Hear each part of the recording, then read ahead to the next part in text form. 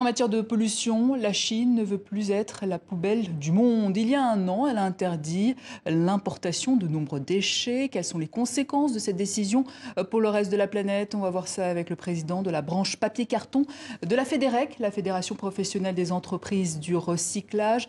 Pascal Genouillet, bonjour. Bonjour. Déjà, pourquoi exporter, importer des déchets entre pays?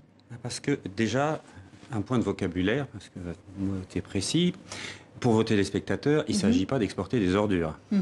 Il s'agit d'exporter des déchets qui sont aussi du recyclage. D'ailleurs, on appelle ça des matières premières de recyclage. Et la Chine a besoin de matières premières. Elle a besoin de fibres pour faire du carton. Le carton qui leur sert à emballer les biens de consommation qui nous sont vendus par la Chine, par exemple. Elle a besoin de plastique, elle a besoin de métaux, de cuivre. Et donc la Chine importe ces matières premières. Ce sont des déchets au sens uniquement du douanier, parce qu'il existe une réglementation spécifique pour les déchets, mais c'est directement utilisé par l'industrie, une industrie papetière qui prend du carton qui a été trié propre, bien brun, marron, tout prêt à être consommé. Il économise, il ne consomme pas d'arbres, il consomme moins d'eau, consomme moins d'énergie, et c'est une économie, une matière première prête à l'emploi. Mais pourquoi les pays exportateurs ne le font pas eux-mêmes, ce recyclage alors? Parce qu'on a atteint un haut niveau de recyclage en Europe. Les papiers cartons sont recyclés à plus de 72%, le carton à plus de 90%. Les plastiques un peu moins, c'est de l'ordre de 30%, mais on a un excédent de ces matières. On ne consomme que ce que l'Europe consomme. Et donc l'excédent, si on ne veut pas le détruire, si on veut qu'il soit réellement recyclé pour boucler une boucle de ce qu'on appelle l'économie circulaire, eh bien, on le vend. Ce sont des déchets qui sont vendus. Ils ont une valeur marchande. Ce pas des déchets que l'on paye pour détruire. Ils sont vendus sur un marché international. Le carton, par exemple, c'est un marché de plus de 250 millions de tonnes. La Chine en importait, avant la fermeture des frontières, 27 millions, 12% d'un marché mondial. Ça pèse beaucoup et ça équilibrait ce marché mondial. Mais est-ce qu'il est facile de recycler le carton, le plastique, par exemple? Alors, ce sont des technologies particulières. Il faut en avoir l'usage déjà. Le carton, il y a une consommation mondiale qui est en croissance. Donc l'exportation nous permettait d'équilibrer l'offre et la demande. Pour le plastique, le fait que la Chine ait fermé il y a un an ses frontières, ça nous met dans l'embarras immédiatement.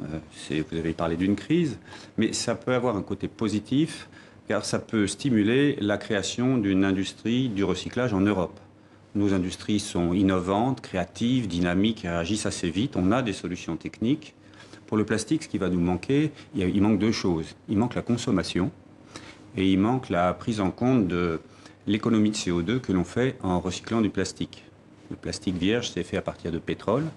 On peut se libérer de notre dépendance au pétrole en utilisant plus de plastique recyclé.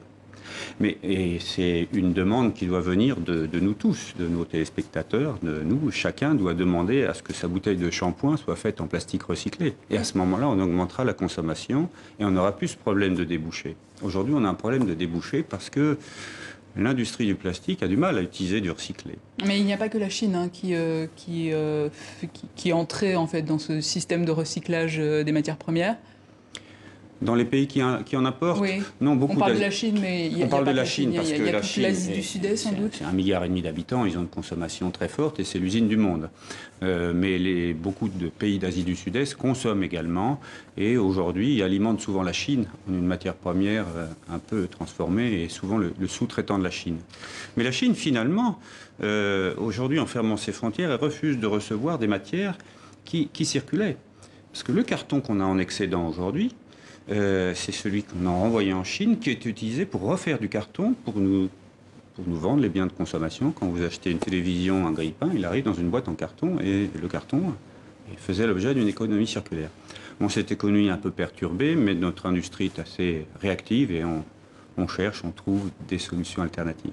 Et justement, quand on sait que la Banque mondiale nous dit que le nombre de déchets de la planète augmentera de 70% en 30 ans, ce serait bon de développer nos propres infrastructures de recyclage, j'imagine. Merci Pascal Genouillet, président de la branche papier-carton de la FEDEREC, la Fédération professionnelle des entreprises du recyclage.